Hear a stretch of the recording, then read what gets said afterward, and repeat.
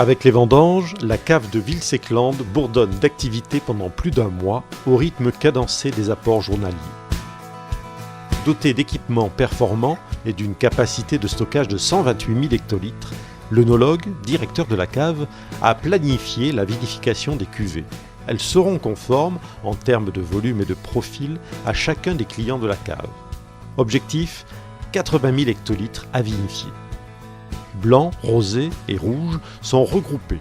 Pour chacun, un protocole spécifique est appliqué à chaque phase de la vinification. Macération, fermentation et stabilisation. Dès l'entrée des mous en cuve et jusqu'au vin fini, des prélèvements sont effectués régulièrement afin de recueillir des données sur l'état des jus et leur évolution. Sur place, on relève la densité, la température. La suite des analyses est effectuée au laboratoire. Le laboratoire, c'est le poste de commandement opérationnel de l'œnologue. C'est là qu'il suit l'évolution des cuvées avec des dégustations 1 à 2 fois par jour lors des premières fermentations, puis de manière plus espacée. Pour chaque échantillon, il faut tenir compte de critères gustatifs, olfactifs et visuels, ainsi que de leur analyse chimique. Donc on déguste autant les mous qui n'ont pas commencé à fermenter dans les cuves, les mous en cours de fermentation ou les vins finis. On isole ainsi les problèmes, les déviances qui peuvent intervenir au cours de la fermentation et également sur un mou qui aurait eu un problème au vignoble. En même temps que l'on déguste, on regarde les analyses, donc la densité, la température, l'évolution du degré alcoolique et l'évolution de l'acidité volatile qui est un signe de bonne santé du vin en cours de fermentation et du vin fermenté, puisque l'acidité volatile en fait, est un indicateur de la transformation du vin en vinaigre en fait. Et donc le but c'est de faire du vin.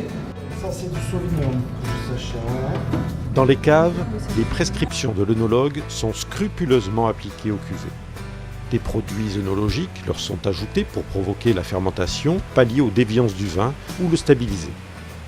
Dans cette unité de cuverie, consacrée surtout au rouge, soit environ 95% de la production, on pratique 2 méthodes de vinification.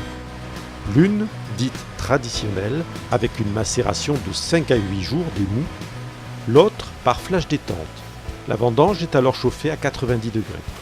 Elle passe ensuite dans une cuve où l'on a fait le vide. Les baies éclatent instantanément et libèrent couleurs et tanins. Le jus est alors vinifié de façon classique. Ces 2 méthodes donnent des vins aux profils hétérogènes par leur qualité gustative, leur structure, leur couleur ou leur acidité.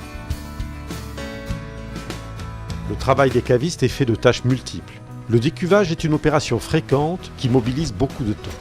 Après quelques jours de macération, les vins rouges sont soutirés et le marc doit être évacué. Une vis sans fin l'achemine vers un pressoir qui recueille alors les derniers jus. Les résidus sont eux évacués vers la distillerie.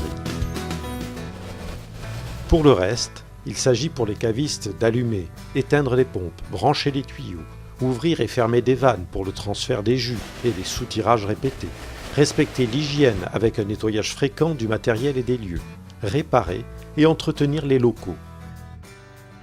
Nous voici fin novembre. Le vin est fini, il est temps de le stocker dans les cuves d'élevage pour 6 à 8 mois. Le travail de vinification achevé, l'œnologue, directeur de la cave, va maintenant se consacrer à la commercialisation.